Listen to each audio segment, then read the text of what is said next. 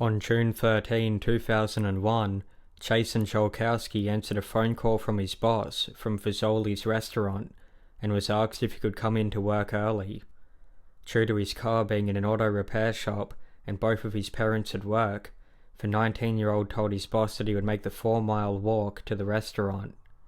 His boss instead arranged for a co-worker to pick him up. Jason told the co-worker to meet him at Benson High School, about 8 blocks from his home. Jason's younger brother observed him leaving the house and walking in the direction of the school. At 10:45 a.m, a neighbor also spotted Jason walking down the street. He was wearing a Chicago Cubs t-shirt and baseball cap, as well as black dress pants and black shoes he always wore to work, and was carrying his work shirt. The walk to Benson High School would have taken Jason at most 10 minutes. However, his co-worker waited at the school until 11:15 a.m, and Jason never showed up. When Jason's boss called the Jolkowski home, Jason's brother told him that Jason had gone to work. Assuming that Jason had decided to not show up because he was going to start a new job the following week, Jason's boss did not investigate further. At 5 p.m, Jim Jolkowski arrived home and discovered that his son was missing. He informed his wife Kelly, who immediately drove home from work to begin searching for her son.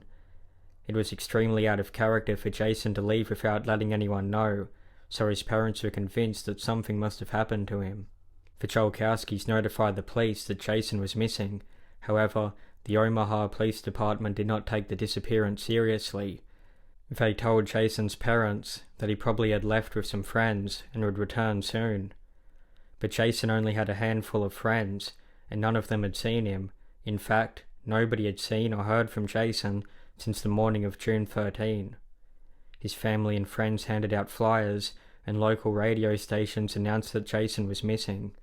10 days after Jason Jolkowski went missing, the Omaha Police Department began their investigation.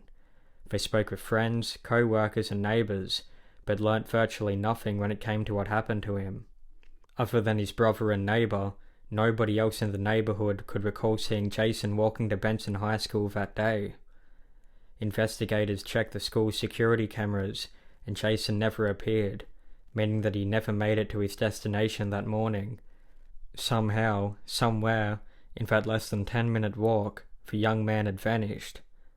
Police searched the streets and wooded areas, and used a helicopter equipped with infrared radar, but found nothing.